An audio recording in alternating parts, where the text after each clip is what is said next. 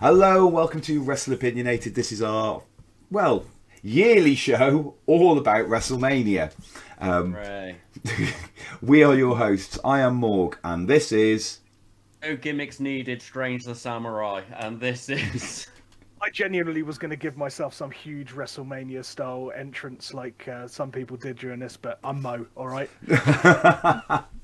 We've watched a lot of wrestling. I'm ill. We're all tired. I had to watch this instead of fucking Bloodsport 8 and the Ring of Honor Supercard. So as an indie shitter, I'm mad and ill. Not enough heckin' flipperinos, let's say. You boys, you ready? Yeah, You so... take that back. There was Pat McAfee, you motherfucker. Did really well. More on that later. More on that later. So this might be the first time you have listened to our podcast or watched us live on Twitch. Usually the WrestleMania episode does bring in more viewers. Okay. As such, it might be the first time you've watched this, and you would need to know we have a tier list, which is how we give the individual scores we give to the individual matches and to the overall individual nights and the overall of WrestleMania. Mr. Strange, are you ready to fly through a tier list? As I'm not at my most healthy, I've prepared some crayons for us all. As good as any Dave Meltzer star system. Here we go. We start with our lowest rank, and this we're being facetious. D. Shit. What a waste of my time. My time isn't particularly valuable. -5 stars. This was awful. Surely we won't need that at WrestleMania. B. It was good. I've had to improvise. Normally we're mentioning story and shit, but I don't watch WWE, so I have to guess if the story's there. Mind-blowing? Good. The kind of thing you'd expect on a weekly TV show. Surely we won't need that at WrestleMania. E! Match +1. Lovely, lovely, lovely. Nice and tight. Bit of story. I know what's going on. Nice. A! Amazing, lovely story. Great ring work. A happy Strange. We might need this. We might need that. I've given an A out because I had a legitimate pop, would you believe, and some heartwarming. An S. Luchadors, ninjas, boot terminators, bikers, the best shit ever. Big story ends, fucking cinematic masterpieces, or just the tightest shit you've ever seen in the ring. So D, shitty. C, good. B, match +1. A, amazing. S, not needed for this. Oh, I don't know. Oh I'm not sure, Oh, but there's fire one me. we need to talk about. Whether it was actually so bad it was good. No, it wasn't. So let's kick off with WrestleMania 38 night 1, and we have Pat McAfee and Cole on commentary for SmackDown, and we open. Oh, that's who he is. I wondered who man in the match was. He was on commentary. Yeah. We have Rick Boogs and Nakamura versus the Usos. The Usos win with the 1D. Thoughts and scores? I'm going to say now, just so we don't miss it, and so that we can. I don't have to do it on day 2. It's a special moment every year when I get to watch the American national anthem get ruined twice. Every year I get to see it. This time it was hipsters pretending they're cowboys ruining it. But the match, I was instantly into this match. Obviously, as an NJPW Chad, I was like, "Oh, it's Shinsuke, my boy. I appreciate he's in his take it easy years, but here he is. That Boogs man looks like he's eaten all of the steroids and he's playing guitar. These two look fucking dimes. I am in." Yeah, then the match began. And it's not fair to judge this too harshly, to be honest. Rick Boogs apparently exploded his knee, from what I understand. Have a nice start. Shinsuke is Shinsuke. I could tell the Usos were the heels in the piece. That's nice. That's important for me, not a man who watches it. Slow heel control spot. Boogs gets his lukewarm tag. It's all very okay. He goes for the 2-man lift. His knee explodes. 1D, and it's over. It was a D for entertainment on the show, but you've got to give the mercy of not ranking it just because the man's knee exploded. Basically, I don't feel good saying this brought the show down when there was a legit injury. So, what do you boys think? Win me over. Tell me it was shit or good. I mean, it wasn't very good. Obviously, there was a Obviously, reason. it wasn't good. Yeah. I didn't give it a D mainly because the entrance obviously brought it back up. The entrance. The entrance. C for the entrance. C for the entrance, my friends. The only thing is, the Usos, their entrance got fucking kiboshed. All of the here is the backstory to this, to what's going on. Was their entrance, which I felt fucking awful for them for, considering it's the opening of WrestleMania. You know, you would have thought at least they do that a couple of times in this. Yeah, it's just a bit shit. in all honesty, I thought there was some nice back and forth between them, kind of the stuff you'd expect. But yeah, it just all of a sudden just went, oh, it's all gone wrong. We're going home, boys. Like I would have thought, and this is not putting any like dude's injured. I'm not saying he should have carried on, but they could have styled that out. It's fucking Shinsuke Nakamura. I'm not. He's taking it easy, mate. He's not in. I'm gonna say the big leagues. He's not in NJPW anymore. He's here to surf and have a laugh. The big leagues to me. More on that later. I mean, I gave this a C, man. Like it was what it was. It's the opener. You hope for more, but whatever. Yeah. Or you're the decider. Is it a C? Is it an unranked? I gave it a C as well. All right. Okay. It was a low C, but I gave it a C. It was. There was obviously an accident. That's why it didn't get a higher rank. It didn't get to have the momentum end that it should have had. But yeah, other than the injury, it was all right. I was into the characters at the time, having not watched Dub-Z for a while. Character work was great. Yeah, instantly. So quick mention, because I've got it written down here. Not going to keep mentioning and rating all the catch-up videos. We would give them all A's. They are all always brilliant, but I don't think that they're an important.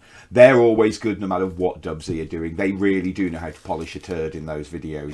If we're covering the catch-up videos, because we have two here, I'm just going to applaud the ones I know about. One, Generico versus Knoxville promo segment. He did legit give out a phone number that Sammy was answering, which was pretty great. I saw a bunch of people tweeting about that. Not the biggest Jackass fan, but cool. Fucking Happy Corbin catch-up thing is some of the funniest shit I've seen in my life. I've been informed him being sad might have dragged on a little bit on the show, but then homeless man gave him money, and when he was like, I banged a can of soup open on the street because I didn't have a can opener, and it's here on my shirt. I was pissing, and it let me know. I don't understand why he's in a feud with Drew. I understand that he stole Drew's sword, and that's the match. I don't understand why he doesn't like Drew. They went, yeah, and then he got rich, and then he stole Drew's sword. I don't understand how that happened, but I do appreciate that. We could have had a sword on a pole match if they hadn't let us down. Right, so then we have Happy Corbin with Madcap Moss versus Drew McIntyre. Drew wins with the Claymore. Thoughts and scores. We can discuss what happened at the end if you want. Could have been a sword on a pole match, couldn't it? Could have been. Corbin's shirt is beautiful. It's over with me, brother. Solid American wrestling start. Pretty even, to be fair. Pace drops. We finally get a couple of suplexes in heel control time. Corbin's distracted by his mate, so McIntyre can spinebuster his way into a comeback. But at least that brings some more moves in. The pace actually picks up. We get some sequences. Drew kicks out of Corbin's finisher, which is a shame. It's a lovely finisher, but apparently no one has. Underhook DDT, single leg drop kick, 1, 2, 3. AC could have been better, but it was solid and clean. I was alright. I gave it a C. So I gave this a C again. Solid match. I kind of, I was a little bit on the same sort of stand as Matt here, where it didn't feel like the reason they gave for this match was it felt very just like, oh yeah, he was taking a piss out of his mum, then his wife, but actually I can't remember what exactly he said about his wife. But he's got his sword, guys. So, and that's obviously very important because at some stage someone gave it to him and said it's his family sword, so it must be true. I didn't feel the give a fucks for this like I have with some of the other matches. It was all right. It was just like, it was very... A lovely show you could watch on a Wednesday evening for 15 minutes. Maybe? It's all right. Low C. Oh, a low, all right. Oh, it's not a strong start. Morg's normally the positive one. Yeah, I didn't get really enamoured with the beginning of Mania. I have to admit. It does pick up. You have a line where I say it's got better. It's the women's match. There was actually a bit that I forgot to say. It sounded like the Corbin sucks chants were piped in. Ooh. Sounded like quite a bit of cheering in this one was piped in if you watch the crowd. Yeah. That's normal. Boos and cheers, yeah. But an actual fucking Corbin sucks chant, like, seems even further. How can you than normal. hate any man who got change off a homeless man? Do we want to discuss the ending when Drew takes his sword, waves it at Madcap Moss, and then cuts the ring ropes in half? I have a comment on this. Upon hitting the ropes, which are steel cable, that sword bent to about 80 degrees, then went back to true. That's a well-made sword. Dave Baker from Forged in Fire would like that sword. It passed the stress test. Otherwise, he broke a rope. It was kind of cool, but he well missed that dude's head. The previous shot in the catch-up with him swinging at Corbin and him diving under, much better, unless they've edited that. Better edit. Okay, right. Oh, can we... Fucking hell, I forgot my opening criticism. This is WrestleMania review. I hope the cameramen are executed edition. Yeah. Fucking hell, there was shaky cam in this that Sam Raimi would say is bad. Oh, it went all over the yeah. That's Dubsy now. Yeah, Like... Dubsy. Yeah, it's all about the shaky cam. Yeah. All right. Okay. Good. Okay. Well, good because I rip on that several times. Okay, we then have Jimmy Smith, Corey Graves, and Byron Saxon on commentary for Raw. I've no idea who Jimmy Smith is. And we come to... He's bargain bin Joe Rogan. Okay. That's literally what I wrote in this. Ray and Dominic Mysterio versus The Miz and Logan Paul. Miz wins with the skull-crushing finale and then turns on Logan Paul. Thoughts and scores?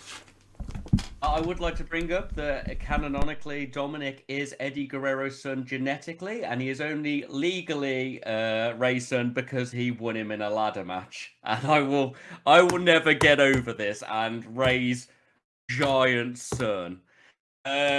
Apparently, Logan Paul has a Pokemon card, which they stated on the way down to the ring, which I imagine was intended to draw heat. It filled my soul with neutrality that I have never felt to such strength before. I felt neither joy nor hatred towards this man, other than the fact he's Logan Paul. Match actually breaks up, which is okay. The first move is a corner kick that misses. Good start. But then it gets solid enough. We get to see a bunch of classic lucha moves. I know they're classics I've seen. Ray, Penta, a bunch of different people across luchador history doing them. And it's nice. It's nice to see the giant son of Rey Mysterio pull off some of these moves. I was at this point wondering if anybody would do a lockup during this show, but that once again becomes a common criticism. Why would I want a lockup in wrestling? Pace is all right. They were limiting Logan Paul, but he was doing okay. I honestly think I know he's a douchebag and everybody's going to hate him regardless, and I hated what they did with him at the end. I think this might be the right world for him. I think this could be a place where he could actually get into this and do better. Anyway, I phased out a bit as Dominic was eating heat, and we get a classic Ray hot tag. He did a beautiful round-the-world DDT, and it was wonderful, and I popped. They let Paul do the Three Amigos. Didn't like that. You've not been in wrestling long enough for an Eddie dedication. Fuck you, even if you're a heel. He took a terrible stumble from a Tiaras into a double 619 and frog splash. And then somehow they lost. Game. It was clean, hot, had a hot finish, and there was some actual heat in it. Ruth said to me, she turned to me and she went, "That little cunt's won me over about Logan Paul in this match." I thought it was important to keep the exact wording in this. Gave it a high C, possibly a B with story, if I'm honest. I think this is one of the better matches we had so far. It tied in. I think trying to face turn Logan Paul at the end is a fucking terrible idea. What? You mean the Miz's face turn at the end? Yeah. Oh, you've done a me. He's done a me. But yeah, as an argument, I could give it a B just because it's probably the best celebrity match in this. We've got 3 of them. So, win me over, boys. Where'd you go? I mean, I also gave this a high C, and I agree with you. I think if they hadn't had the weird bit where the Miz attacks Logan Paul for no reason, I might have given this a low B. Maybe, potentially. I could have at least been won over to it.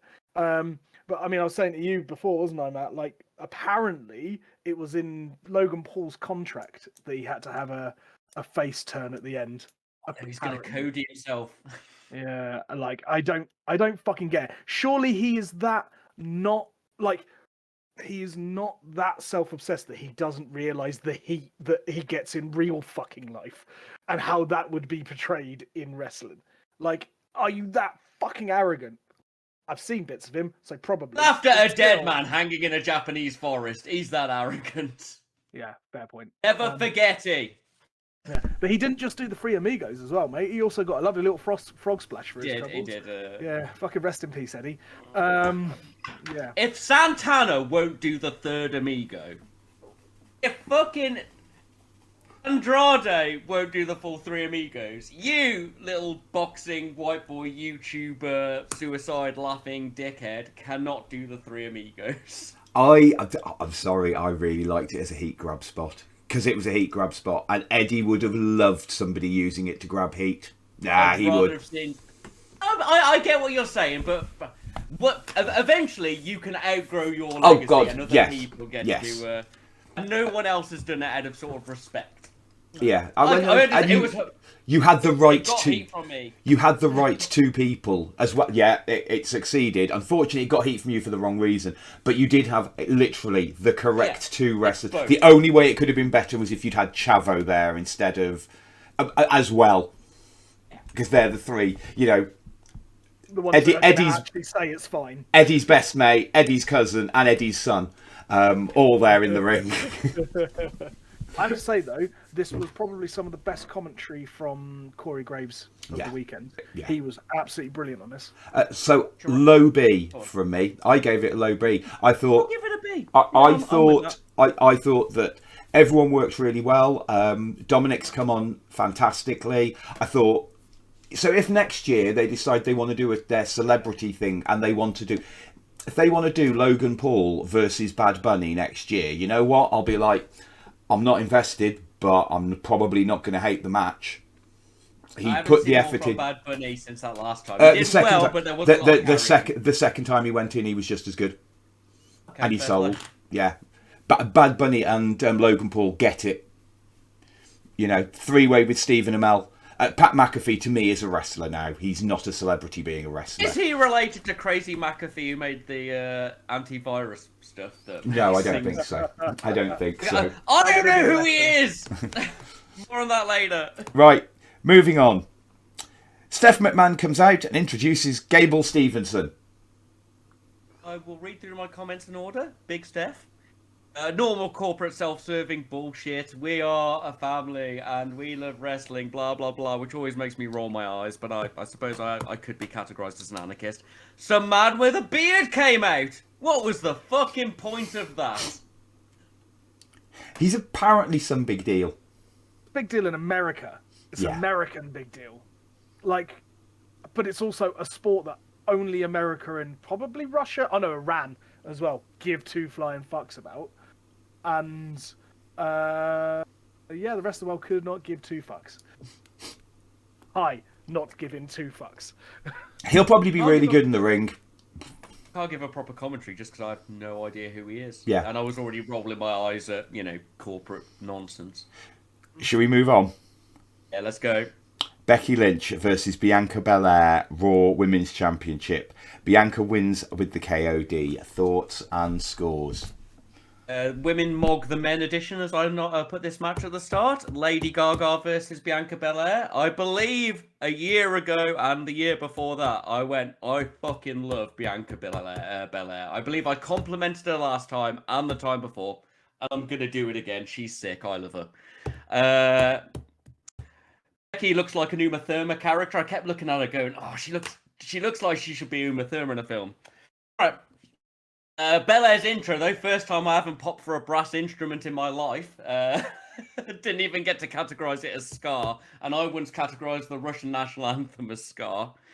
And her giant, awful 16-bit CG pair of lips with a tail was horrifying and looked like it could crawl out of Dunwich to make off with some people.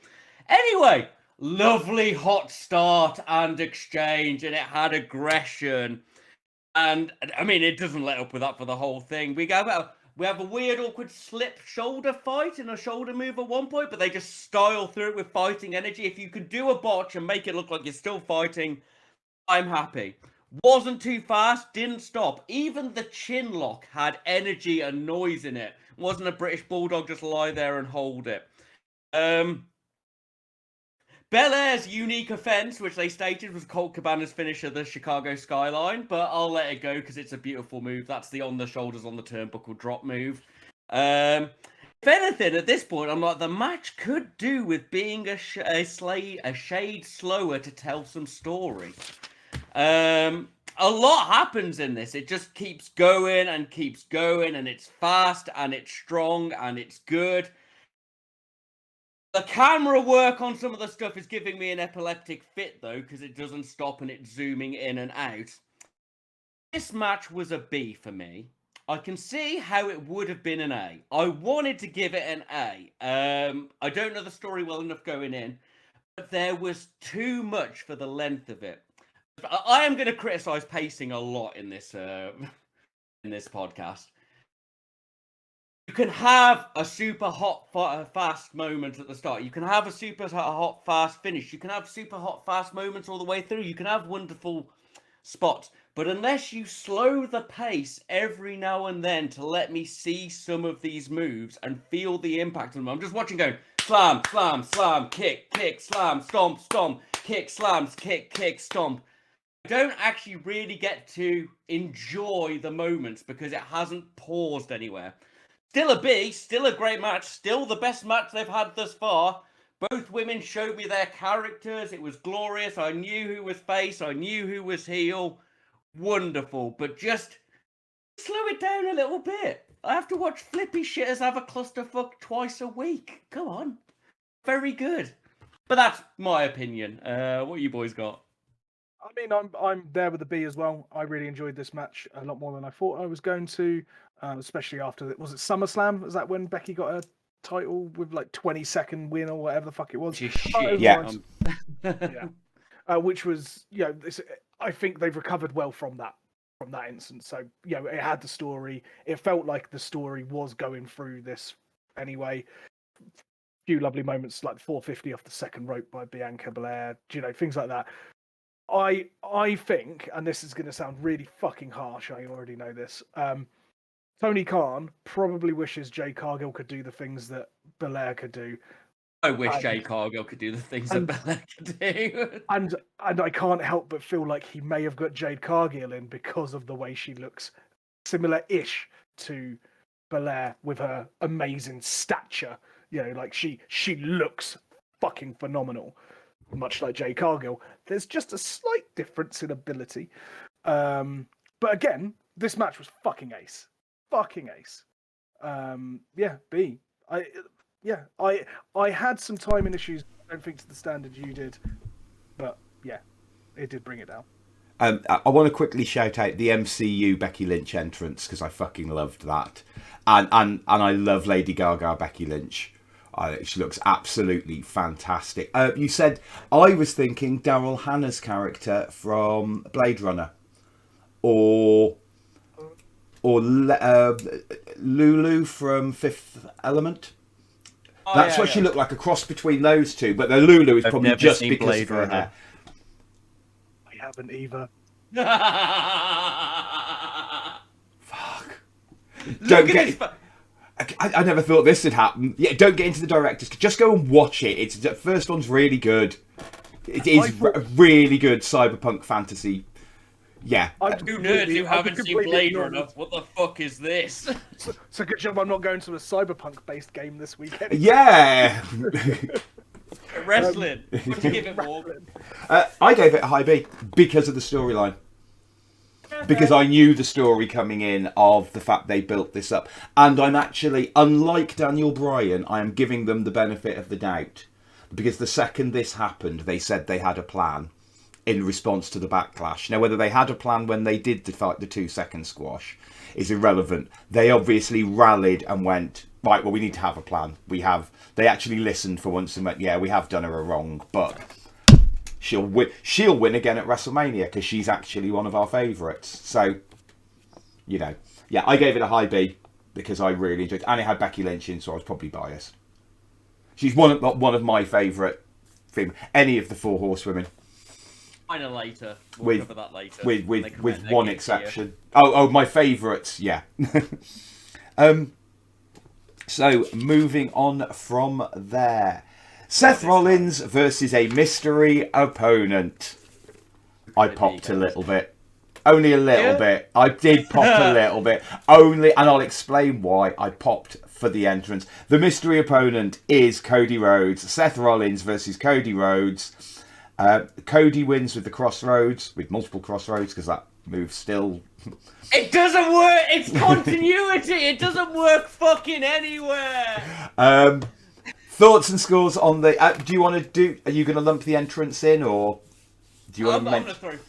Do everything. Right, over to you, Strange. This will be interesting. I like the plot build-up video. They might not have known it was going to be Cody completely until that point, hence always a mystery. But I like crazy Tyler Black. I enjoyed his suit. I liked his laughing, his dancing on Vince's desk, and that was a wholesome, great moment for me.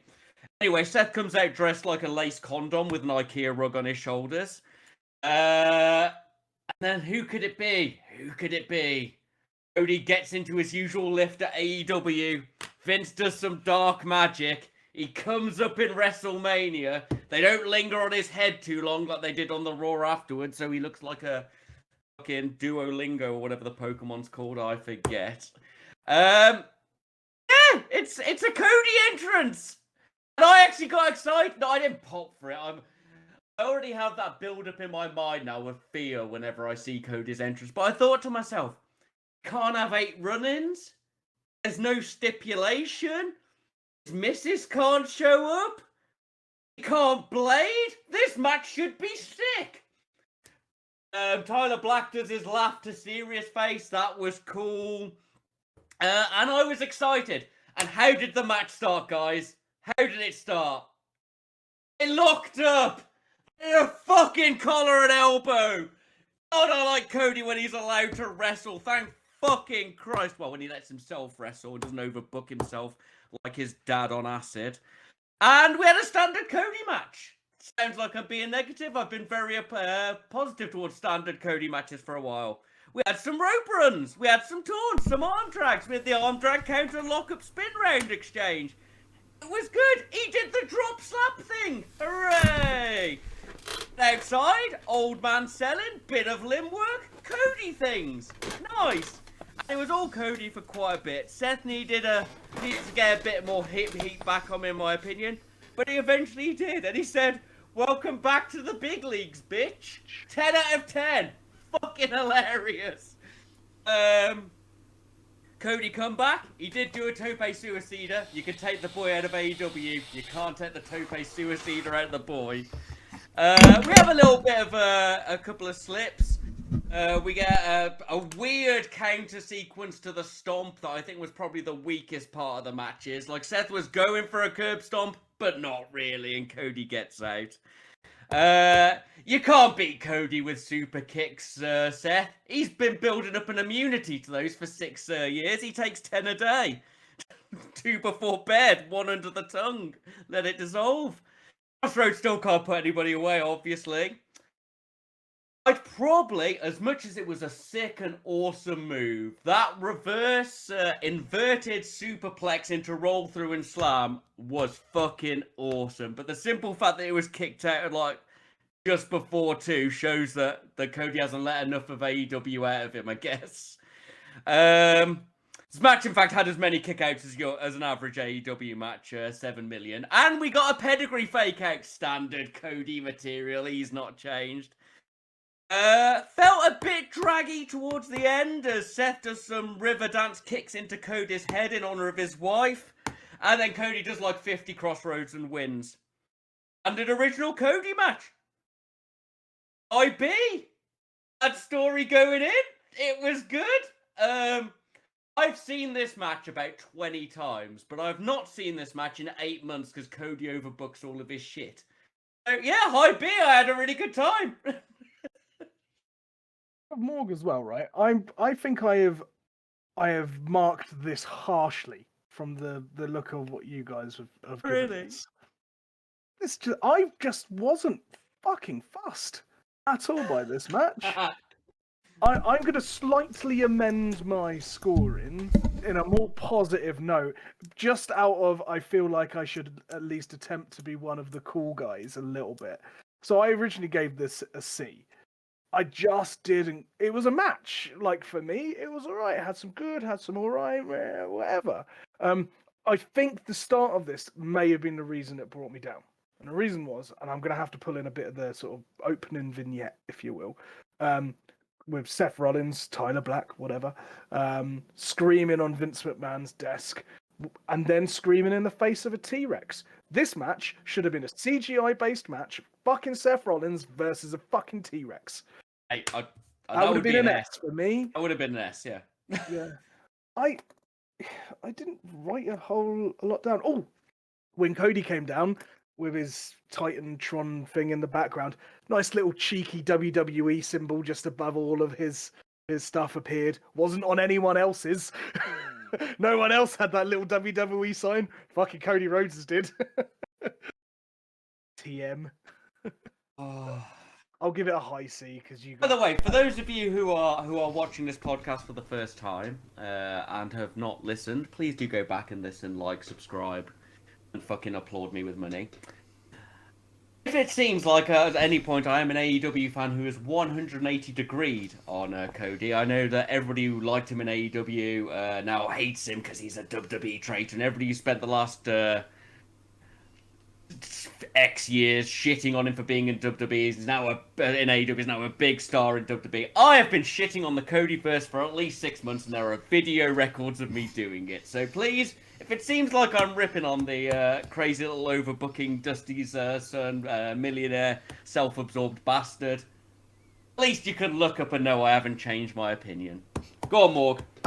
So yeah, I popped. I popped for. It wasn't for it being Cody. I popped for the American Nightmare. The fact they went all in with the second that the lights went out, it went dum dum, and I was like, "It's about to go Shane McMahon," because that was the rumor. And Dubsy did a really good job of playing misinformation with the re-signing of Shane McMahon and all the other things going on.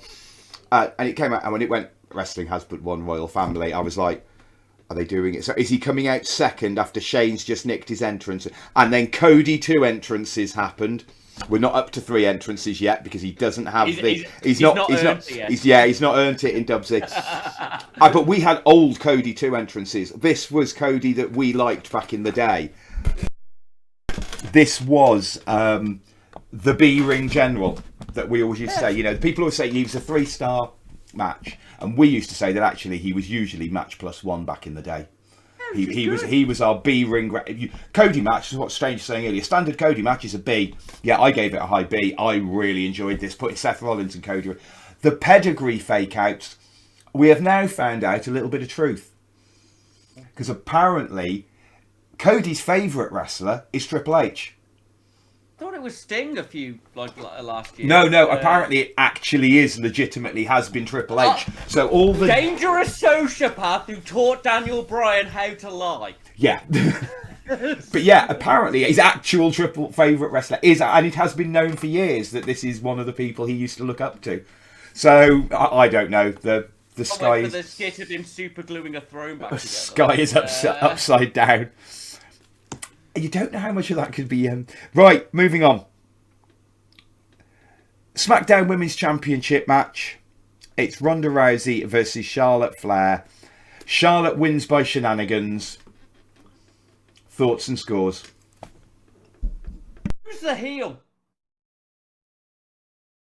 Technically Flair. Charlotte, because she's Charlotte. But yes, this is I'm gonna this is humiliate difficult. You and break your arm is face work, just so I know. It is from ex-UFC star Ronda Rousey. Yeah, I'll get into that on my part of the review, but yeah.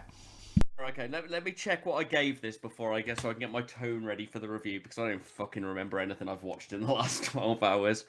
Rosie's got a banging intro. My generation, love it. And a lockup! Lockups! Lovely wrestling! Remember that.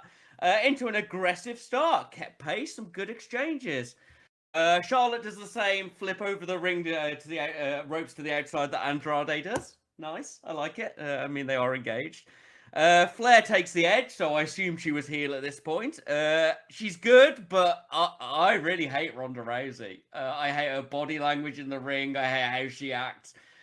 I think if you're a face, you shouldn't be a smug twat. And she is constantly a smug twat, and not like in a way that wins me over. Morg's nodding, and he's the face man. I'm meant to be the heel guy. And don't get it wrong, she's good. Like, I can't put her down. We had loads of really cool moves in this. Match isn't as cool as Bianca and Becky, but it's definitely tighter and better paced, which is obviously my big criticism there. I don't know what this means anymore, but I've written, oh no, that moonsault though. Something must have gone wrong or looked terrible. It's good how much I hate Ronda. I thought at that point, because I assumed she might have been the heel, but it wasn't. I'm just going to jump in. I'm guessing it's Charlotte's moonsault, where it always looks like she's going to just land flat on her face. When she does it, she always looks like she's going to land on her face. Yeah. Anyway, then the match slowed a little bit into the submission exchange, but I appreciate it. It's the story. I do a whatever a figure four's called, and I do an armbar, I assume. Camera missed Flair's comeback moment. Brilliant. A lot of bad camera work in this one. And then for a while I was like, this match needs to pick up or go somewhere. And then Flair was kicked into spearing the ref. So Rousey can win. I always love it when people have to win when they're not gonna win. That's always a favourite of mine. Oh, I could just be sick of Thunder Rose. More cross dimension ripping here. And then the win sort of came out of nowhere, if you ask me. It just suddenly went, and she wins.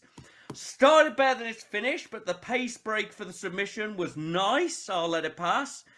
Found the finish weak. Really enjoyed the match. It had story that I understood, even though I didn't get the face heel dynamic in this one. Still gave it a B. Think it was all right. Pretty good. With story work and what was actually told to me in the ring. Weak finish. I mean, maybe I'm overly positive about this. I have watched a bunch of wrestling on a bunch of medication. What do you boys think? I gave this a low B. It's still in the Bs, most definitely. I really did enjoy this. You're right, wasn't as good as the Becky Bianca match, but it had its own reasons for that. In I guess in a positive way. Like, it was still story. It was still, that match was build right for itself, if that makes sense. I could have seen it going either way throughout the entirety of the match, even though Flair had quite a lot of the offense for quite a chunk of it. It still felt like this could end for either one of them, which was nice, because that's relatively rare to really have a feeling that I genuinely don't know who the fuck's going to win this whilst watching it. Ref bump was a bit, yeah. Takes it to a spear. Okay. It's not my favourite. Nothing will ever beat Pentagon Dark accidentally Canadian destroying Phoenix, which is the worst thing that's ever happened in wrestling since Vince Russo left. Oh, you really liked him that much? Yeah. You were disappointed when he left. Dude, slapping Pac into a poison rana. That was awful. Sorry, I'm going aside for other things I think are terrible. Yeah. No, this was very good. It was nice that they added a few extra moves onto Rousey's thing. I'm gonna say, I guess I'm the tweener liker out of the three of us, because I kind of really like Rousey. I like she's a fucking bellend and is a bit of a douche, but not a complete douche. I'm with it. Yeah. Morg? So for me, quickly, chat from Mac and Saget. If anything gets an A, I will look it up on YouTube. Given one. B, yeah. We've had a couple of high Bs. Yeah, no, it's doing pretty well. So I gave it a B, and I now don't remember why. Because I thought I'd given it a C. Fucking top tier review. I think I'd initially downgraded it because Charlotte Flair won, and how they're going to have Charlotte and Cody coexist in the same place. Dubsy's just going to explode. Oh no. Or they're going to have to just suddenly randomly get married and everything's going to work. Because yeah, Flair versus Rhodes, yeah. Now Flair versus Brandy, she's going to come out and be Oh, like, God. who told you it was open mic night? And then do one of 4 promos. I watched what's his face, Blompier. He did one of his this is how it Promote should the look better videos. How dare you? I know, right? Subscribe to Wrestle Talk. No, he did one of those sort of prediction things, or not prediction, but how I would book. And he did it where Flair and Cody team up, and they're like, yes, we are the real wrestling families. We don't hate each other. We're not going to do lots of intergender matches. We're just going to make sure the other one wins, because we don't want anyone else taking the royalty away. Sort of thing. I kind of like that. So, I have predictions. I think we finally got the one guy. The problem is they've got other plans. But anyway, I think we've got the guy to beat Roman now, but they've got other plans. Yeah, it was a good match. It was all right. Weirdly, I enjoyed it, but I really don't think these two have chemistry. And that might be where one of the problems was. It was a bit weird because it was so Heel against heel. Good, and yeah, Ronda is pretty much a heel. And she turned heel on. She turned heel on the fans on Twitter as well. So she was being criticised, could she? Yeah. Well, she didn't like the fact they booed her when she was a babyface. But yeah, I still gave it a B, so I must have enjoyed it in the moment. And I think I upgraded it because I was downgrading it because Charlotte won. Because, that was the other thing. So how long until Charlotte beats Taker's streak? I don't care because I don't watch WWE. I don't think Charlotte's ever been beaten at WrestleMania because Charlotte never gets fucking beaten on pay-per-view. I will need to do the research, but that is something that jumped into my head. They're trying to beat her dad's title runs with her by just putting the... I'm surprised she didn't lose it so she can win it back on Raw, so she can lose it, she can win it back on Raw, so she can win it 16 times and beat her dad's record. Right, let's move on. Then we had the KO show. Kevin Owens. Oh, he looks very happy. He does look happy. Kevin Owens with Austin. Austin comes out. Kevin Owens has lied to him because he wants a match. We then get Kevin Owens versus Steve Austin. Austin wins with a stunner. Thoughts and scores on... I'd say we do the whole thing in one go. Kevin Owens hates Texas so much he's going to fight a 60-year-old man. That'll show him. Kevin Owens is great. I prefer him in a tweenery face role. I prefer him in a shitlordy facey role than a heel role. But he worked well with it, especially with the interview. Then fucking Stone Cold comes down, and my little internal 15-year-old went, fucking yeah! He does walk like a mech warrior these days, but that's okay. He's getting on, isn't he? You can't hate the what chant when it's happening during a Stone Cold section, can you? It's literally what he's there for. I was like, I've got to put aside my hatred for this. Obviously, it gets going. Canada versus the US. A tale as old as time in WWE. This is just all notes on the fucking interview at the moment. This goes on for ages. Not sure why he doesn't like Stone Cold. Kevin Owens said a lot of his I'm shouting and he does a Kevin Owens, which he's very good at. Still didn't quite understand why he hated Stone Cold. But I didn't care. Because out he comes. Fucking here he is with his little smile to sour face, his little gift power that he's got. Stone Cold was Stone Cold, and it was fucking awesome. His eyebrows have left to go live in the same void as Kenny Omega's eyebrows as he's got old. One day we'll find where that is. Maybe it's where Miro is. In about 5 seconds, you're going to have about 75,000 people calling you an asshole. Wonderful. My soul was warmed by this. Kevin Owens going to being a little bit slimy and shittier, but still arrogant as he comes through. As he declares the match, Stone Cold loses his voice a little bit, doesn't he? It's alright, he's 60. Right, then the match actually starts, and I hope the cameramen, especially for this segment, are executed. Honestly, you could send them to a gulag and I would cheer their arrival at the gulag and throw bits of dirt and shit at them. Because we get a strikes and mud stomping start. Don't get me wrong, Stone Cold's never been the best technical wrestler when it comes to actually, laying things in. But I couldn't tell if they were good or bad or not because I was too busy having an epileptic fit at the time. Thanks, WWE cameraman. KO eats shit, obviously. He's just eating it for a while. Then he gets a post bump to give some brief control before he goes through his own table to eat some more shit. And then we fight to the crowd so he can eat some more shit. A lovely treat for the audience. If I was watching Stone Cold for the first time in 19 years and he fought past me with Kevin Owens, probably make my day, if I'm honest. Probably make my year. Austin took an outside suplex to the floor at 60. Fair fucking play, matey. More brawl, announcer table, beer, quad bike stage. Austin takes Owens to both wings of the stage for the suplex. Lovely, lovely spot for the audience there. Ramp brawl, beer, Owens stunner. Then Owens fucking Hadoukened himself in the head with that chair bounce off the rope. He goes fucking straight back. Real stunner. 1, 2, 3. Technically, if I was to rate it on Raw, just match, no story, it would be a C. It's got enough story and enough build-up, which I could give it a B.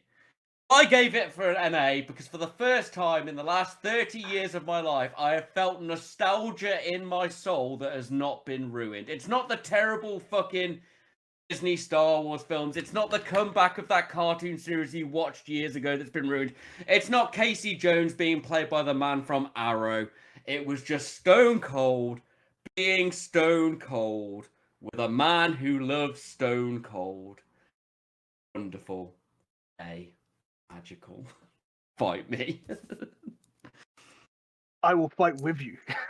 I will fight alongside That makes you, two of us. Dylan, you son of a bitch.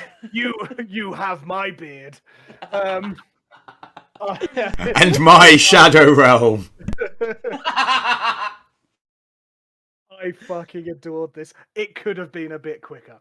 That is the only criticism I have for this. They styled back down the ramp. Exactly. Yeah, exactly that. It did. Yeah.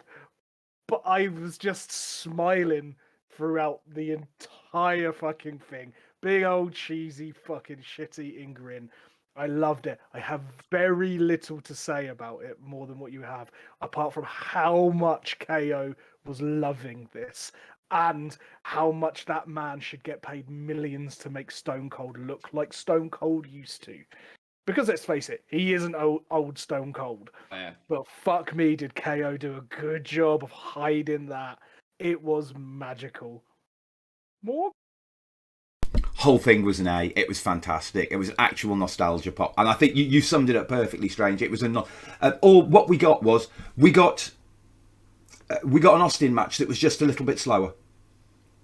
That, literally, they just turned the speed down like that. You know that little 25 going that way. They just turned it down, so it just ran a little bit slower. So the stomps weren't quite as bang bang bang as they used to be. They were a bit more. But Owens just sold them, so it just looked like Austin was literally sticking his foot through Owens. So he might have got older, but he got that old man strength now. Yeah, I really enjoyed this. I thought this Austin's.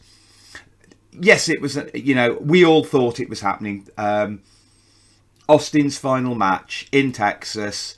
Yes, there's the argument he should have put the younger guy over, but he already did that. Rock over, He already did that. And I don't think Owens cared. I mean, there's only two men who wanted this match. I mean, to be fair, it's Owens doing it or Punk was doing it. Those are the two biggest wrestling Stone Cold fans. You're not allowed Punk. Owens was I passed perfect. the stunner on to you, Owens. Yeah. KO is not coming out of this badly. No. Not at all. He was better the best thing on the month of Raw after. But, yeah. I haven't watched that yet. I wouldn't Does bother. the Young Bucks taunter Cody? I really wouldn't bother. Right. No, really. Let's see Cody's little fucking Diglett head. Oh, that is worth it. The Cody promo at the beginning is good. Anyway, Strange scores overall because that's the end of night one. Wow. Boogs knees, see? Order the poll, see? Eddie Guerrero's son, B-. Bel-Air versus Big Bex, B. Standard Cody match, B. Who's the heel women's match, B. Nostalgia times 1,000, A. Hi, B. Show +1. Lovely, Yeah. lovely. It's a lot more positive than I thought. No, right. So I meant to mention this at the beginning, just for anyone who, because I know we've been, we do it every year, or the last couple of years. We make lots of jokes about, certainly in the first one, the second one, it was very much strange. Going, I've got to watch Dub Z, but we gave some good results in the first one. We gave 2 S's out in the first WrestleMania review we ever did, so we're not. This is a good proof that we're not just AEW marks trying to review. I'm glad Edge's and Randy's match from that one finally ended, so they could both perform on this night, though. Yes. Right. We move on to night 2. Opens with Triple H's retirement speech. It's sort of his retirement speech, but yeah, that is what it was. I'm going to actually go first on this, unusually. I don't know whether we rank this. If we do, I've got a rank for it. I think Triple H has earned the right to retire at WrestleMania like that. 100%. Yeah, there's other people. Yeah. He could have just come out on the Raw after, which we've had, with Daniel Bryan did it, Edge did it, the Raw after, and retired. I think Triple H has earned the right to go and have a little moment in the ring. But, so yeah, I haven't ranked it. Really complained about that? No. I'm just stating my case. If we're ranking it, I'm giving it an A. Because I loved it, just the visual of everything. But I don't think we should rank it. I don't think we should rank it. They could have showed us taking his boots off, couldn't they? They could have actually showed us the unlacing the boots. He deserves that moment. You could have at least given him the 30. I know everybody who's got a camera on the show is apparently in the most fucking deepest fits of ADHD at the moment they can possibly have for when they're filming stuff. You could keep the lights on and the camera on him for 30 seconds just to take his boots off before he hugs his 3 wonderful daughters, Yeah,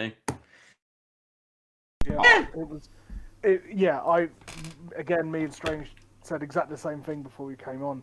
I was so gutted they pulled away from that, and all of a sudden they panned back and it was like, he's out of the ring and his boots were already off, and it was like, wait, what?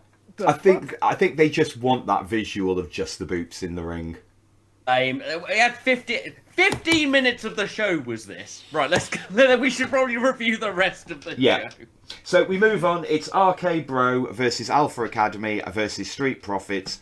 RK Bro win. This is for the... I think is this the SmackDown or the Raw Women's Champion? This is for the Raw Tag Team Championship. It's definitely not for the Women's Championship. Yes. Coward. That's coming up next. Thoughts and scores? Obviously, I can't help but like Randall. I've always liked Randall. I know he makes matches more boring when people chant boring at him, but there's an innate shit Lord soul in that man that I can't help but be drawn to. And I think the Street Profits are the ones I applauded last year for being good luchary style people. I'm not good at the names of these people. Otis without a beard looks like a thumb and I hate it. He looks like a meaty baby who's 40 years overdue and has just popped out of his mother. Give him the beard back. And I'm going to be honest, as much as I enjoyed previous Chad Gable and what Otis was, they were the worst part of this match. And we get a fairly good rotating fight that goes into a clusterfuck with 2 great big wobbly dances. 8. That's where crowds of people stand by the side of the ring and go, they're waiting for a Mortal Kombat fatality, for those of us who don't watch. Slows down a bit. Riddle eats a lot of very okay heat for quite some time. Third man decides to join the match. I'd forgotten Street Profits were in at this point. I was wondering if it was one of those where you have to tag between teams. I was like, I thought this was a three-way triple threat. Oh, it turns out they were just having a bit of a break. Thank God the Street Profits remember they're in the match, though, and they briefly add some pace. It's all right. Randall gets a hot tag and does hot tag Randy things. We know what he's about. It's good. Okay, bro, have got that stereo moves down. The double DDT, the double slamming, the double being pulled out. Really good fun. I had a good laugh with that. Blessed Street Profits adding pace and fun to this match. Riddle does a sparkling cutter. I'd call it an RKO, but it's not from the RKO area of France. So he does his own sparkling cutter. Randall does an RKO, and it's over. Mostly dull, strong finish, some fun bits that I laughed at. I'd give it a C. I had a good time, but every time Gable and Otis got into the ring, I went, oh, cool, it's going to slow down. And it did. I don't like that gimmick. When it was good, it was really good. That shush gimmick is over. It's actually over. Yeah, you saw afterwards, crowd were fucking on it. There was signs in the crowd for it and everything. I'm not, obviously I've been doing the AEW since Christmas now with you guys, so I've not actually really watched anything, so I didn't know about it, but I was like, why the fuck are people chanting with that? This must have some bigger story behind it, because okay, sure. My major worry about the whole of this match is that for some unknown fucking reason, I feel like Otis might be partly my spirit animal. I'm really worried about that, especially after Matt's evisceration of him. Mate, you could be a big lad, it's fine. Plenty of people are different sizes. He's got very short arms and no neck. A beard helps. You can have no neck, just grow a beard so it looks like you've got a chin. That's all I ask for. Yeah. But I actually enjoyed this. I actually gave this a high C. You're right, Gable and... this would have been better without Gable and Otis as a tag match, I think. Maybe that slowing down of the pace to sort of, for Riddle especially, to eat shit actually made everyone else look better in a weird kind of way. Yeah, I don't really have a huge amount. There was a couple of nice little spots in that, but I gave it a high C. I did enjoy it. It was a tag team clusterfuck. I loved it. What does Morg think about tag team clusterfucks? Shit! There weren't enough super kicks for you, Morg. Low B. I really enjoyed this. I had loads of fun with this. I'm really liking RK Bro. I'm liking the fact they didn't split them up. They've got actual chemistry. They've got actual chemistry. Yeah. Some of the best stereo things I've seen in wrestling for ages, like especially with the Randy slaps and stuff. Apparently, this was Randy wanted to do. They sort of he could have a heel turn and do something else, or he could do this, and he wanted to do this odd couple tag team with, and it's just kept going. And it's one of these cases where you can go, well, Randy, you were right. You had some long term thought there. He absolutely loves it. So me and Guy, you guys know Shane, went to see WWE October last year. Yeah. And when RKA broke them out, people went fucking mad. The person in that event who had the most fun was Randy. 100%. The amount of selfies he was doing, hopping in the crowd, going to just fucking chat to people, just like, I'm being a dick, but in a good way, a Randy Orton way. He was. He likes being a heel because he likes to be a bit of a dick. He is much better as a shit talking. But actually, nowadays, I think he's got the legend status. You are better as a shit talking face. Yeah. We've seen you be psycho heel so many times. When you suddenly do shit talking face, which you're really good at, and you're still the Viper. Yeah, I enjoyed this. I gave it loads. A low B. I'm waiting, but I'm excited for the next match. Oh. So following on from that, Omas versus Bobby Lashley. Lashley wins with the spear. Thoughts and scores.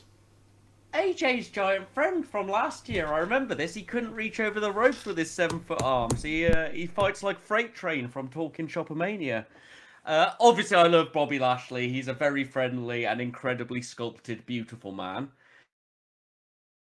This match, I didn't think it was possible for Bobby Lashley to look small. He looks like me stood next to a real person. My mighty 5'9". I see Omas is a style over substance wrestler. I think that's the best way to put this. Lashley was trying though, wasn't he? Omas is really easily stunned. Like, he's got like 4 hit points. He's like, I would say he's a mini boss where you have to get him to run into walls and barrels to get your hits in on him. Except he takes generally 1 to 2 hits before he's stunned for 30 seconds between just, slapping people and they fall over. We get the bear hug, classic big heat building moment. The bear hug, well known for getting the old excitement flowing in a match. We did a big suplex. We always like a big suplex on the big man. Some spears and the mini boss was over. This match was by no means good. But I've spent so much time, maybe it's because I've watched so much Talking Shopomania and I'm used to these things being sold satirically and me laughing at them. I only gave it a low C because I was laughing all the way through at him, slapping him and then taking a tap. One point he got hit on the back, like a single typical bump, and he lay on the turnbuckle for like 30 seconds because you've got to run up to him and press triangle near his head, haven't you? To take him out.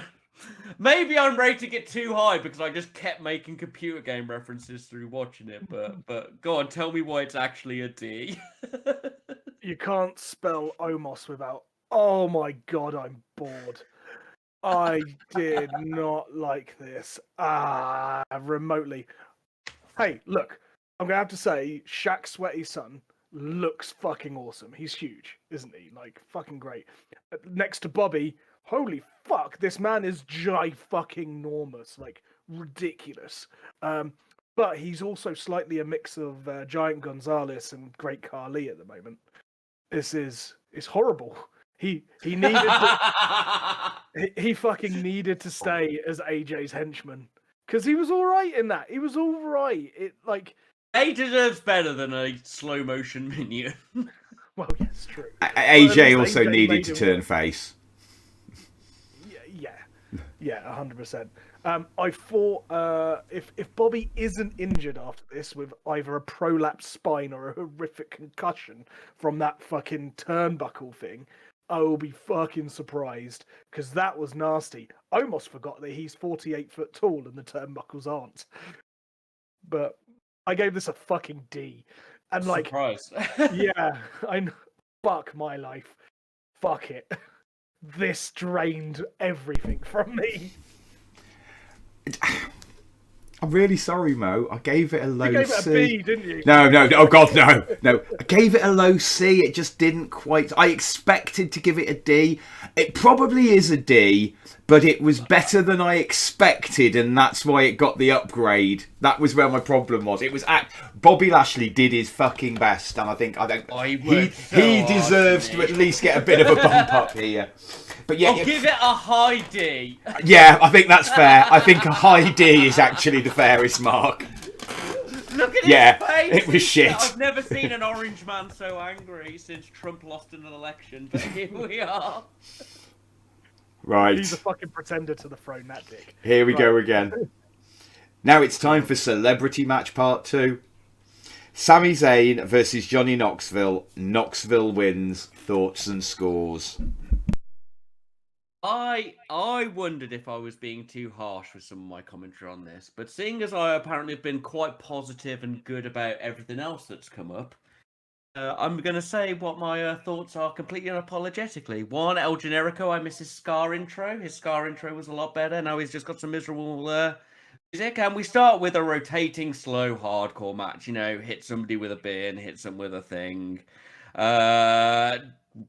Johnny Knoxville lies down. He's taking a kick at this point, I guess. Lots of looking under the ring. Always a good way to keep your match exciting, letting people look under the ring for 3 minutes. Lots of dumb shit happened. Party Boy showed up, and somehow the match got worse.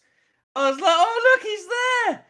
And Wee Man showed up and passed my suspense of disbelief bar, went as he suplexed Sammy. I like dumb shit as much as the next guy. I will watch DDT matches. I've watched the Stadium Stampede match. I watched Evil Clown versus John Cena match. What these matches have is consistency. 1/3 of this match was actual brutality, like Sami Zayn just kicking Wee Man in the face full on. The other half was stupid slapstick stuff with him having to oversell things like it's bottom. Like, oh, an air horn, my ears. Oh, I'm being symboled. Best stand here wobbling like I'm waiting for my Mortal Kombat finisher whilst he sets up his dick-kicking machine. It had neither the reality brutality of Jackass nor the worked nature of actual wrestling that wrestling is to make something fake look real. It decided to have real with fake, with overstep, with too slapstick. It was a horrible Frankenstein of different genres and skill. It was a bad DDT match with a big budget. I did laugh at Mark Henry's son coming back to slap over Sammy though. Can't not laugh at the big hand. I am still a human, and the big slappy hand was great in Jackass. Big mousetrap in. Doesn't count, does it? Shoulders have got to be on the mat, not 3 inches above them. Not a legal pin. Also, the fact that Johnny Knoxville had to, set it up and fix it and then help it go over. Sammy worked very hard in this match, so I'm only going to give it a D. Only a D. So, there was a lot of fucking issues with their extracurricular items, like most of the mouse traps clicking on the apron as it's getting pulled out. Oh, they're no longer actually doing anything. The big mouse trap not fucking working properly. The dick kicker not working properly. The air horn barely working. There were a lot of technical problems. I also kind of really enjoyed this somehow, but what I've written, well, I'll show you the score I've given because I've basically gone, I think I just might be a Jackass mark because I have all of them on DVD. I love the movies. People actually get hurt there. Well, yes, I am a fucking fan. So I've given this an A or a D. I am quite happy to let other people decide what the fuck it will be because I left this going, that was fun and shit and fun, but really shit, but fun. So yeah, that's where I'm at. We're very split on this one. I gave it a low C. I didn't think it was quite bad enough for the D. Now I've listened to Strange's review, my mind is changing slowly. It's definitely at the low end of it. It's definitely the low end of a C. I mean, it's only just scraping in. Again, probably mainly due to the work that Sammy did. It had moments at the beginning and it was really good. Some of the best bits of this match was when the heel was on top. Because Johnny Knoxville sold like fuck. And actually, at the beginning, when Sammy was doing the heel run, I was like, do you know what? I think Johnny Knoxville will be really good at this because he'll just sell because it's one of those things.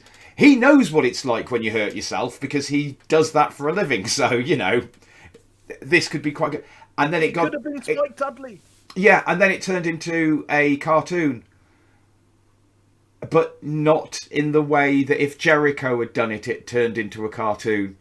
I felt like a hypocrite because I remember praising the Stadium Stampede match so much. Yeah. And it's got a lot of dumb shit. It's got like 50 yards of rolling suplexes, but it continuously maintains. It's got Matt Hardy being drowned and coming up as all the different versions of Matt Hardy. If you have not watched the Stadium Stampede, people, you go and watch the first Stadium Stampede.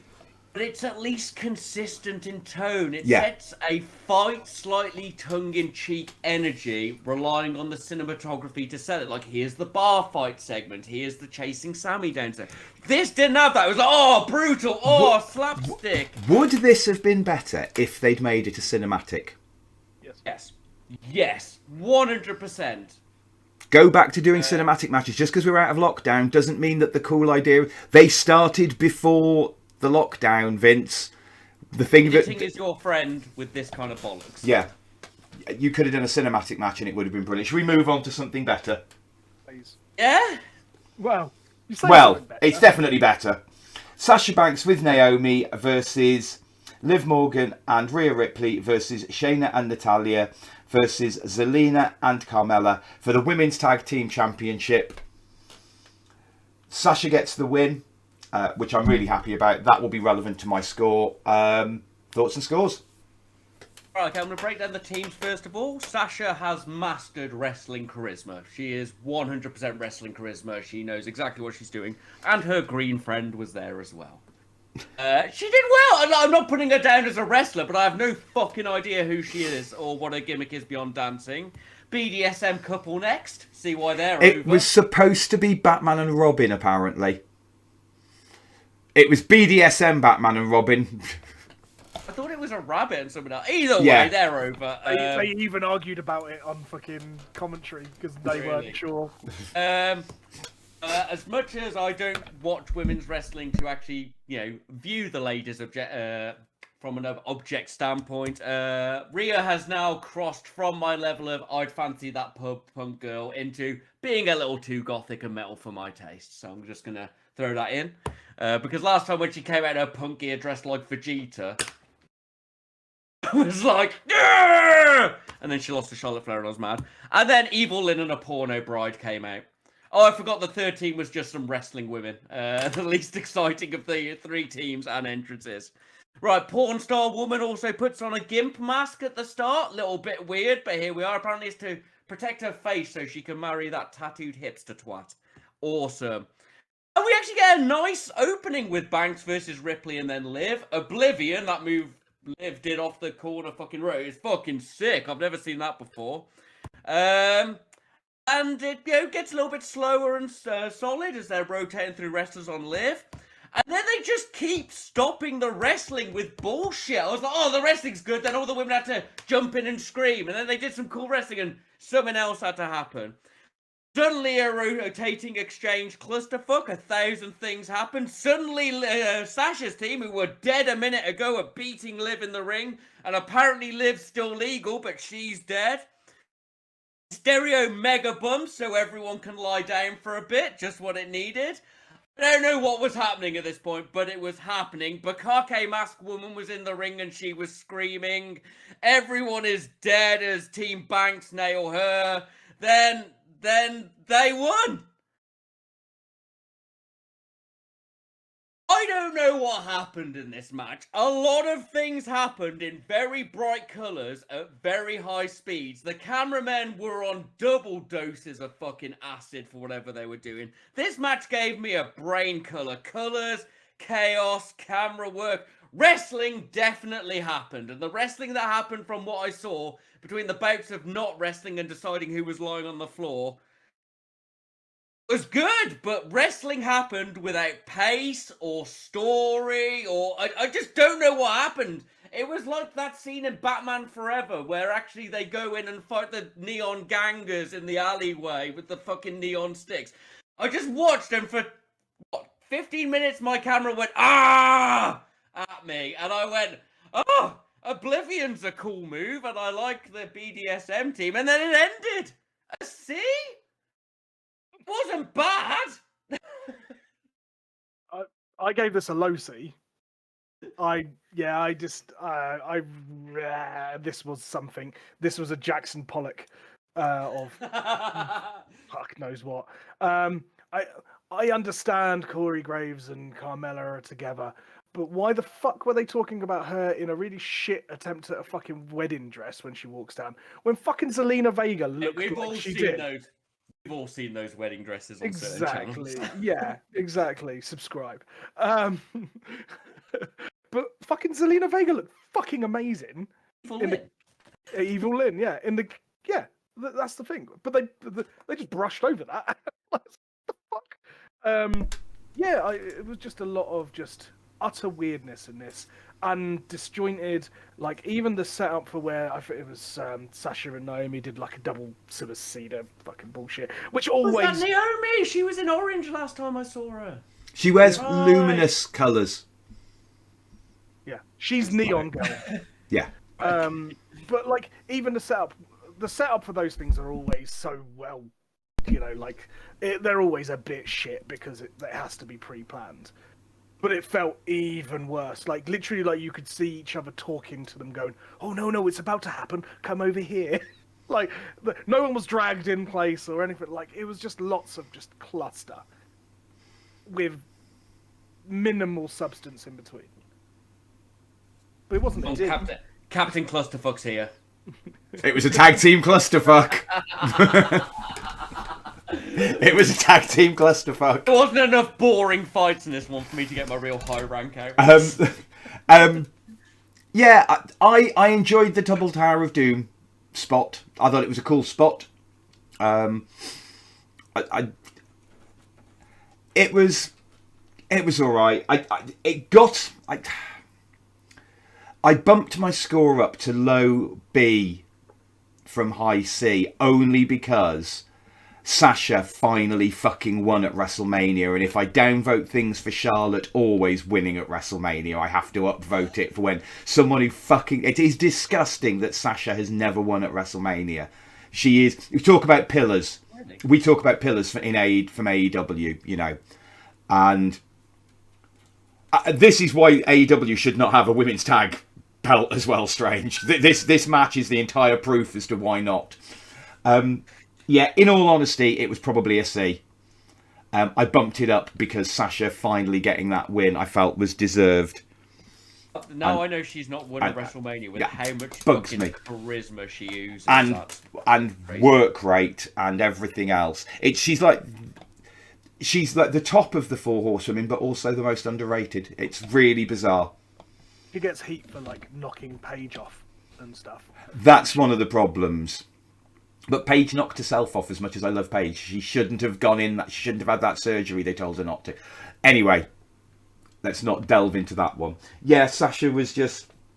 Yeah, so reality is C. I gave it a low B just because. All right, we gave a C match with Steve Austin an A earlier, I understand. Yeah. Moving on to something better. AJ Styles versus Edge. Edge wins with the spear. After AJ is distracted weirdly by Damian Priest just standing there and doing that pose they do when you look at the television in WWE. Sorry, actually, we're all doing this wrong, guys. We should all be looking at our cameras like this. Because that's how you watch. Anyway, Strange thoughts and scores on Edge versus Edge's second match after having just finished that match with Randy Orton the day before. This is definitely better than that previous 72-month match. I'm still disappointed with it though. Not to say it's bad, but I'll go into why. I skipped the story, but I'm aware of it. Edge is a vampire now or something. AJ comes out bleeding already to lure him out. Edge comes out dressed as a 2000 vampire LARPer.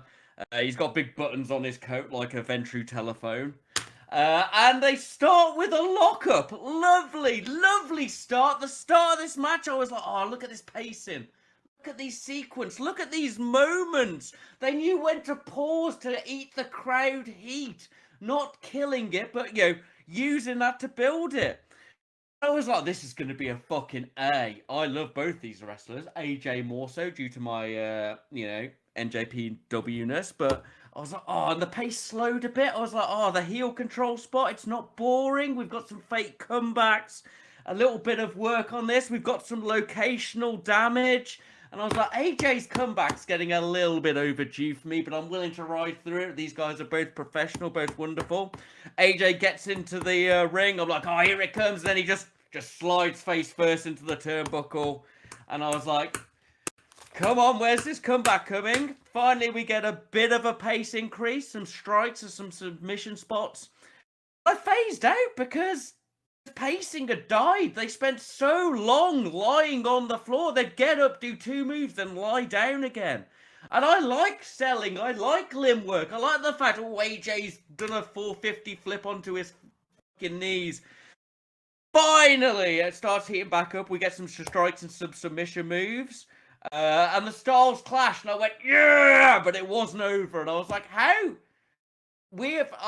I've died a bit from the pacing. You've dropped from my expected A match. Styles clash. It's fucking over. Awesome. No, it wasn't over, was it? AJ had to look at a man at the side of the ring. Lose the match because of it. Didn't even do anything.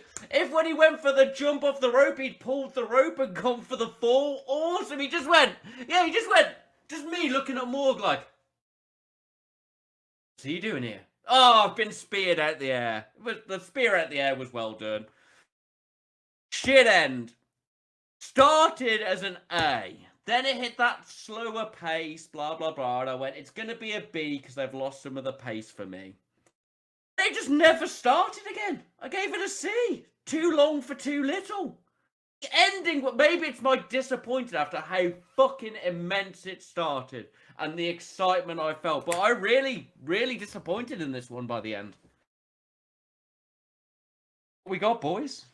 I got a C as well. The ending, and the middle of the match just absolutely broke it. I thought the beginning was great and leading into the middle weren't too bad because there was shed loads of counters. It was like these guys have scouted how Edge managed to get the time to scout out AJ. Since he was having that Randy Orton match, I have no idea. But he's obviously been watching his move. That's what it felt. It felt like these are ring generals. These are intelligent wrestlers. Doesn't matter whether they're the heel or the face or whatever. They were fucking just out wrestling with counters as opposed to big shiny moves. And I kind of like that sometimes. It's great. And then just, why in the fuck would you have Edge and Damian Priest in a ring maniacally laughing about the fact that Damian Priest, what, did he break in? Are they laughing because he managed to get, hey look, I managed to get through the crowd past the security. How fucking funny is that? Because there's no other fucking reason they should have been laughing the fact that you can stand still. It was fucking weird. And fuck that. Fuck it. It was shit. See. Sorry. Sorry. Yeah, just the remains of Rona. I gave it a high C. I didn't hate it, but it wasn't the match that I wanted it to be.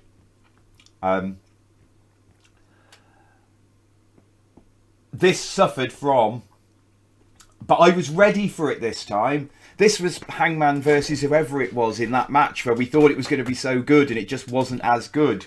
When we thought it was going to be an A and it was just a C and we gave it a D. And this is what this was. It was blatantly this. I love the fact you cited that match and I have no idea who he fought. I can't remember either, but I remember that was the match. I remember it was Hangman versus someone. It was our classic this is going to be amazing and it's going to be an A, and it was just a C and we gave it a D. And I feel like this match was that.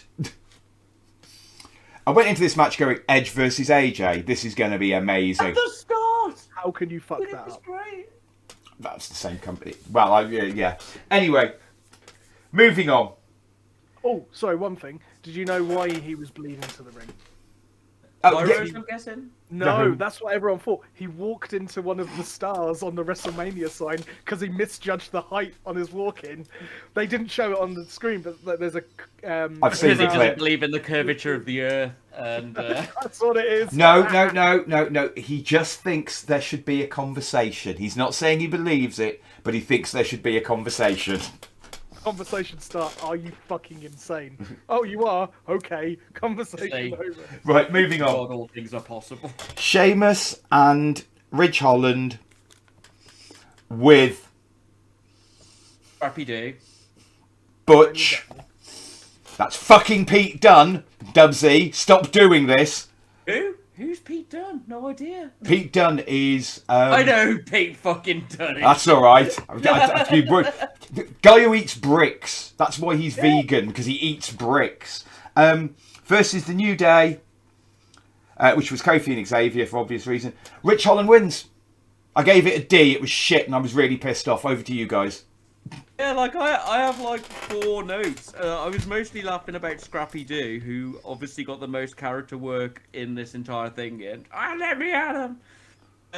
Match begins as they're playing videos. I like the fact they decided to start the match whilst the video explaining who they were was playing over it. Good stuff. We're straight into a beatdown. Lots of Scrappy Doo jokes on my notes. Kofi did the worst ever jump off the steps into a Sheamus knockdown at one point. He probably went, "I'm going to stand up for this," and they got like kicked in the face or something. Yeah, then it ended. My brain hurt, and I gave it a D. my other than notes on Pete Dunne, the only other thing I've really written is, was that a squash match? Kind of felt like a fucking squash match of the fucking New Day, by Rich Holland, who fucked up one of their friends in a botch. It feels a little bit shitty, but I gave Pete Dunne a B. The match is a fucking D. Oh, it's dog shit. Dedicated to his new role, isn't he? Oh, he's loving it as well. You could see he was trying to crack into a smile a couple of times during that shit.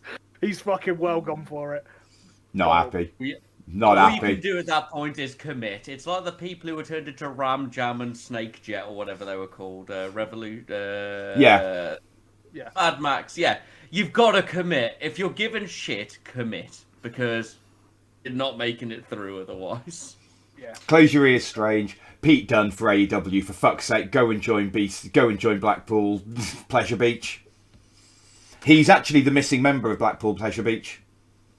If he was already in AEW, he actually would be the third member straight away, because he's William Regal's other. That's why him and Brian both wear maroon. If we keep trying at AEW, if we really put our effort in, we can hit that 200 men on the male roster. There we go. Perfect. Right. Yeah, I really hated this match. And this was cut from night 1, because they didn't have enough time. What? They lost the entire Boogs versus Shinsuke time. It was this cut. It's 2 minutes long. Right, moving on. Pat McAfee versus Austin Theory. McAfee wins by roll-up. Thoughts and scores? Vince McMahon is old as fuck. Right, okay. I've got this written down as Azuma versus Pub Man, because me and Ruth decided that Pat McAfee looks like the average man you could meet in a pub called Alfie. Likes a bit of a fight. Rocking double black, that's always a good look. You'll stand out against the crowd with that. Podcast Man opens, he's doing alright. McAfee hits a very okay Rana. Otherwise, McAfee seemed really good. He did a really good like backflip moonsault thing and land. In honesty, he got a better showing than Theory, who I don't really know, other than the fact apparently he takes selfies. That's a gimmick. Then there was a top rope standing jump. That was really good. Then a counter and he won. See? I didn't mind it for who it was. I didn't really understand who was who and what was going on. But for a brief palate cleansing couple of moments, I was entertained. Mo? I gave this a high C. I genuinely enjoyed this a lot more than I was expecting. I think Pat Mac did a fucking outstanding job. Austin Theory made him look great as well. And Austin Theory is really fucking good. Again, the show that me and Shane went to watch, he was fucking brilliant. It was just a fucking generic, we're in Bristol. Let's do some random shit that's not on camera. He was one of the most entertaining things of that night as well. He was fucking brilliant, so I've got a lot of time for him. Pat Mac to the backflip. Pretty good one. Just a couple of things on this that I was just like, oh, okay. Shut up, Michael Cole, but okay. Apparently him and Pat Mac are best friends. I bet fucking Pat Mac doesn't think that. Because Michael Cole's a fucking gimmer. But, yeah, Vince McMahon was selling on the fucking side as well. when he was sat in a chair, just those little things. I genuinely, high C for me on this bit. Yeah, I'm with Mo. I think I'm more generous because of I saw it wasn't until after I'd watched the promo package again when I watched it the second time that I kind of went, you know what? You're not a celeb. You are actually a wrestler. You've been training to do this and working in the wrestling industry for the last X, and it showed. You know, his dream of being a wrestler, and yeah, if he can get his dream of being a wrestler in little matches like this, and I believe this is the second time he's been in a massive feud and been massively over and had a good match. A C is a good match. As much as, on the AEW podcast, we've started taking the piss out of a C because it's become a bit everything's a C, and we haven't had anything that's popping us recently. Yeah, it was a good match. I enjoyed it. Gave it a high C. Probably only a C because I upgraded it because he was a celeb, but he's not.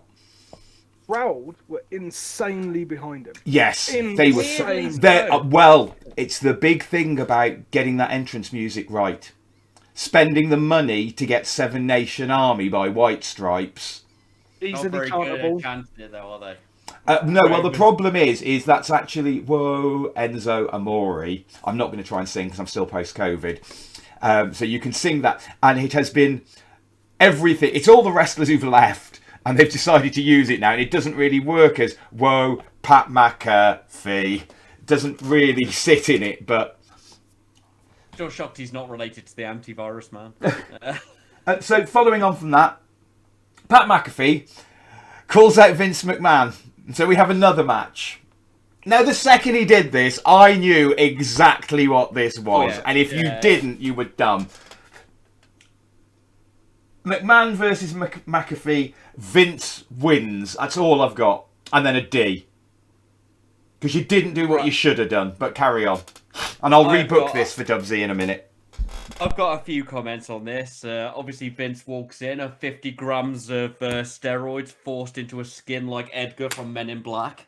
That boy wants to die in the ring, doesn't he? He's going to get AJ to kill him. I can't die like an ordinary human, AJ. Gotta fucking kill me. I don't want to kill you, Vince. Take me in the ring. Put me in the Stars Clash. It's broken a million necks. Come on. Kill me. Kill me, you son of a bitch. He just wants to die in the ring. Anyway, it was fucking dumb shit. He teased that football spot longer than Jeff Hardy throwing his shirt at Victory Road. Then he tapped it into the dude's face, and I just fucking laughed. Am I moving on to the next bit as well? Are we going into the arrival, or do you want me to I would say no, because it's part of my rant about this match is relevant. All right, okay. He tapped him in.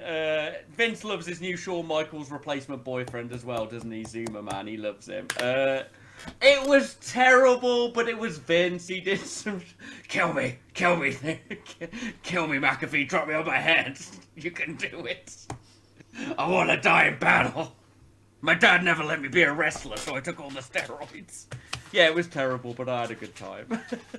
I think you only had a good time because you were popping yourself by saying that a lot. Because that was fucking dog shit. Fuck. What the fuck? Just D. I'm not even going to fucking bother. Just a D. No, fuck it. Those fucking kicks that even Pat McAfee weren't sure whether he was taking a piss or not, and whether he should be sending a kick or not. What the fuck? He looked like he was doing. Come on, they're no worse than Moxley's knees. Somehow they're about the same. Yeah. Fucking D. Just a fucking D. D. Fucking D. I've got it in. It's a D. It's a D. There he is. Yeah. So, time for a bit of more fantasy booking. Dubsy, this is what you should have done. This is how you should have booked it. You should have done the match. You should have done the bit with Vince versus McAfee. I'm on board. The first thing that should have happened is Theory should have done something to McAfee, which meant Vince got the beat down. McAfee gets a bit of a comeback. We are talking a matter of seconds for all this. Theory does something else and looms over. Vince tells the ref that he's going to have to do what he tells because he's the boss, goddammit. Glass smashes. Vince turns around, does the throat thing that he does, the gulp thing. Austin comes out. McAfee takes advantage, stunners Vince. Done. I mean, you can even have Vince... You can still do the Vince win if Vince's ego's that bad that he's got to have a win when he's 80. And you still could have done a distraction. I didn't mind. You could have Theory could have low blowed him with a distraction. But what they did was they ended the match, which was a D, And then they stood around and celebrated for 5 minutes, and we all just sat there going, well, when's it going to happen? Then the glass smashed.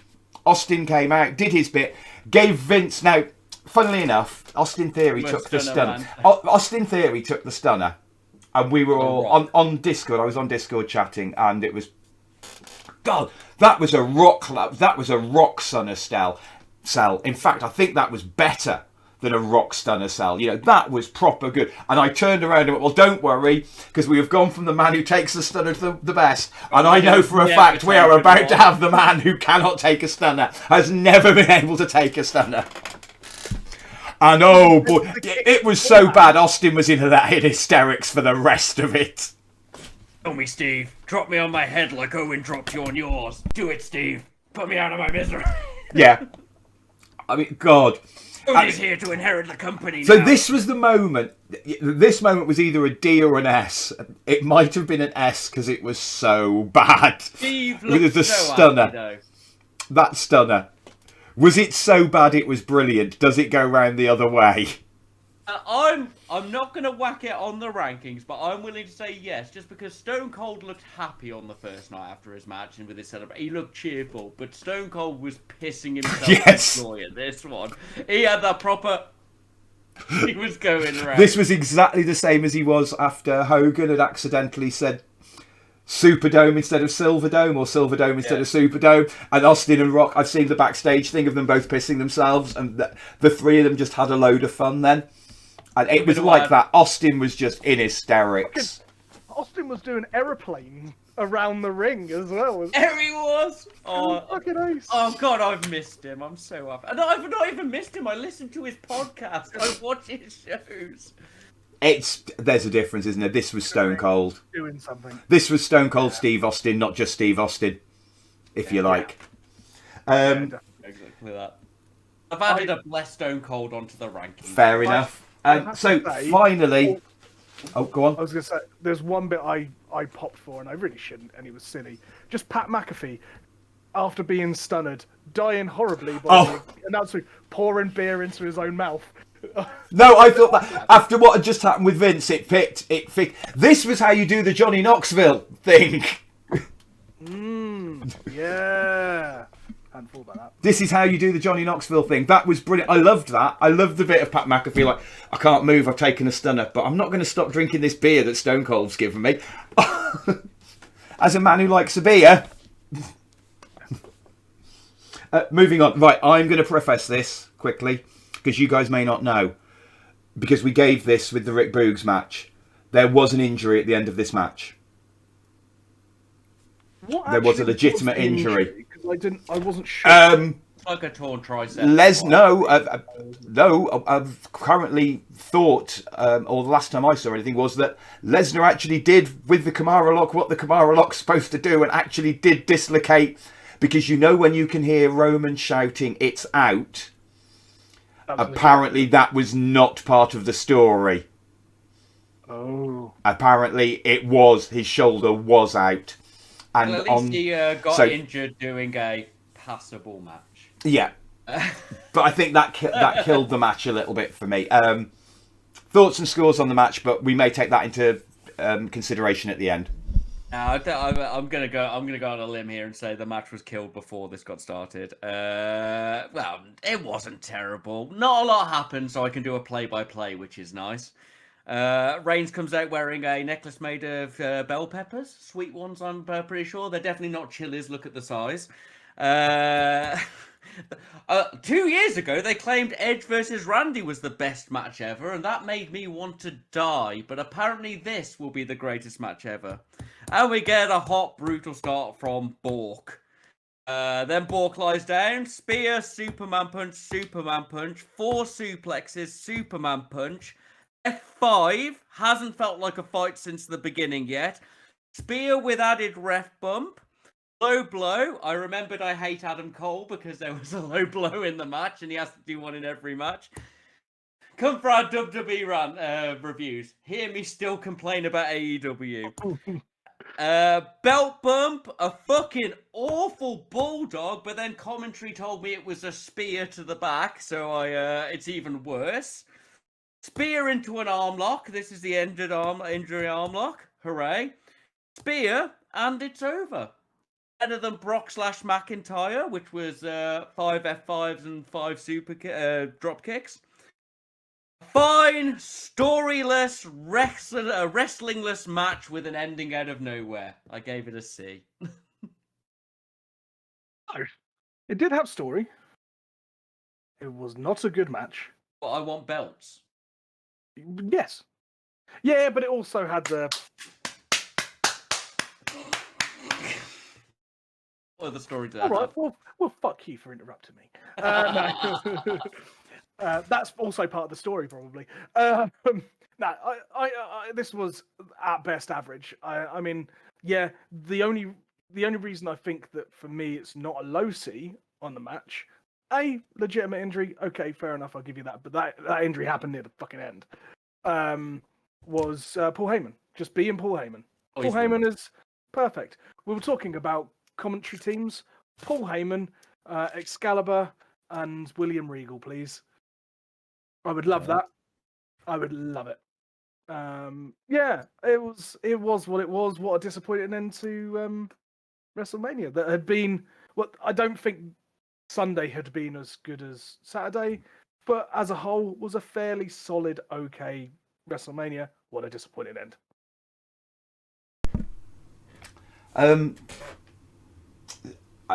It's a C. It was a C. It was an okay match.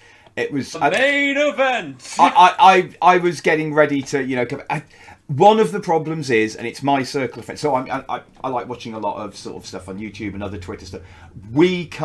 Us and our friends come from a school of fans that do not find Brock versus Roman, and that's sort of Brock Lesnar stuff. Now I know Brock can have brilliant matches. I have watched him have brilliant matches, but against people like Roman, and Roman is a great wrestler. Roman has. Why these two cannot actually have an absolute phenomenal match when you can stick them with virtually anyone, and if Brock can be asked, they will have an amazing match. Brock versus Finn Balor. Holy fuck, was that a good Brock match? Versus Samoa Joe. Yeah. Brock versus Punk. Yeah.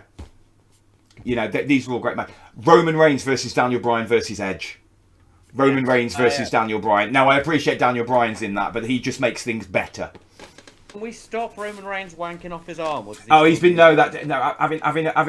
popping a quick one off before he does the Superman punches. But I don't think he realises just that connotation. Sorry, people. I didn't live through the CM Punk era or the Shield. I am yet to see anything interesting out of Roman Reigns in any of my viewings of him. At least Brock is an incredible brick of meat with a squeaky voice that makes me laugh. Reigns is... You only watch Mania, to be fair, and it's the last 3 Manias has been Brock versus Roman. Yeah, I had a Brock versus McIntyre. Oh yeah, because Roman. That's because Roman couldn't work at the time because of COVID. Yeah. The best thing about, and probably one of the worst things, I guess, in the short term, is the long term of current Roman is great. The storytelling over a long period of time is actually really good. But when you just see small snippet of it, it's like you said, I'm in charge. I want another belt. There we go. I mean, to be fair, most of the review stuff and other stuff that I watch a lot of it is just how good this Roman character is, how brilliant he's finally become that main event star that everyone wanted to. And then they put him against Brock in WrestleMania because Brock's the bit. But Brock and Roman don't have great matches. The last great match they had was interrupted by Seth Rollins and became a phenomenal match. They were having an A-rank match at the beginning of that, and people forget that. Everyone thinks, it was when Seth did the running. No, the crowd just hated Roman. It was a C. Main event of WrestleMania is a C, but we're not big fans of this particular style. We'd have been happier with Edge and AJ, but not the match that they had. Should Austin versus KO have headlined night 2? Yes. Should you have ended Mania with Austin's final match and ended actual Mania? Well, as we come to the final rankings, and I'll do this. It is that time. So it is that time now. As you can see, we've got a selection. We've got a Sparkling Cutter, high C. Giant Slayer, high D. Bad DDT match, low C. Actually a D, that was added by me on the end. Fuck you guys. Vince Clusterfuck C. Gangrel versus Godman C. Scrappy Doo D. Palette Cleanser, high C, one of our favourites. The Vince Spot Bad D and El Finale C. We do have one entire Blessed Stone Cold. The most important thing, and I was told this about public speaking, is you start and finish with positivity and strength. You start, you can fucking dally in the middle all you want as long as you hit the high beats. And we didn't end on a high. We ended on a very okay. We ended in mediocrity. We have a B and a C, a show +1, and a, yeah, good, wrestling, okay. And it's up to me to decide if this falls to a low B or a high C. And the second half of this show is the only place we've given out Ds, the only place we've had to decide if things were good or bad, and the only time where we've... Previously, the end of night one, I was like, nostalgia was reborn in my heart, and I felt joy for the first time in 38 years. This one, I went, well, that's over. I'm going to do a podcast, I suppose. Only a high C, guys. It's only there. It's good. Good. Standard wrestling, not blind, mind blowing. We did have some story and some nice stuff. We did have some lovely moments like Stone Cold. But it's just not quite enough to cross into the yellow barrier, is it? So, just before we hit the closing segment, how I would have ended WrestleMania. I'd have had Roman win, that's all right. And then I'd have had The Rock's music hit and set up for next year's match. And end on... I hated that bullshit with John Cena and The Rock where they fucking preordained it fucking a year ahead. No! Cena's going to AEW to fight Max Caster as Lance Catamaran.